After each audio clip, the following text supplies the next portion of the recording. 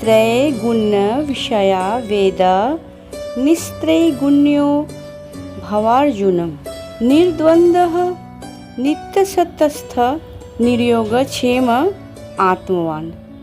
वेद में मुख्यतया प्रकृति के तीनों गुणों का वर्णन है।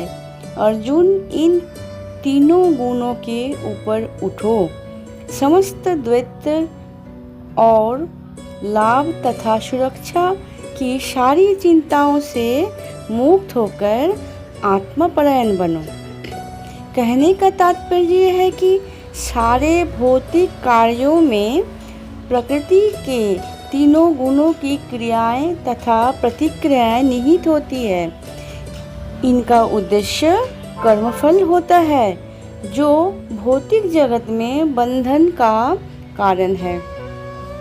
कृष्ण अपने शिष्य तथा मित्र के रूप में अर्जुन को सलाह देते हैं कि वे वेदांत दर्शन के आध्यात्मिक पद तक ऊपर उठे, जिसका प्रारंभ ब्रह्म जिज्ञासा तथा परम आध्यात्मिकता पर प्रश्न से होता है।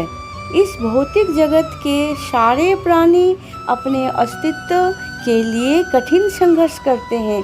उनके लिए भगवान ने इस भौतिक जगत की सृष्टि करने के पश्चात वैदिक ज्ञान प्रदान किया, जो जीवन यापन तथा भाव बंधन से छूटने का उपदेश होता है।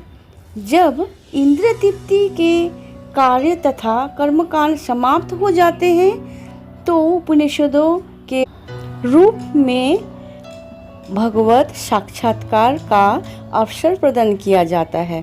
जब तक भौतिक शरीर का अस्तित्व है तब तक भौतिक गुणों की क्रियाएं प्रतिक्रियाएं होती ही रहेगी। मनुष्य को चाहिए कि सुख दुख या शीत ग्रीष्म जैसी दैत्यताओं को सहन करना सीखे और इस प्रकार की हानि तथा लाभ की चिंता से मुक्त हो जाए। जब मनुष्य कृष्ण की इच्छा पर पूर्णतः आश्रित रहता है तो यह दिव्य अवस्था प्राप्त होती है।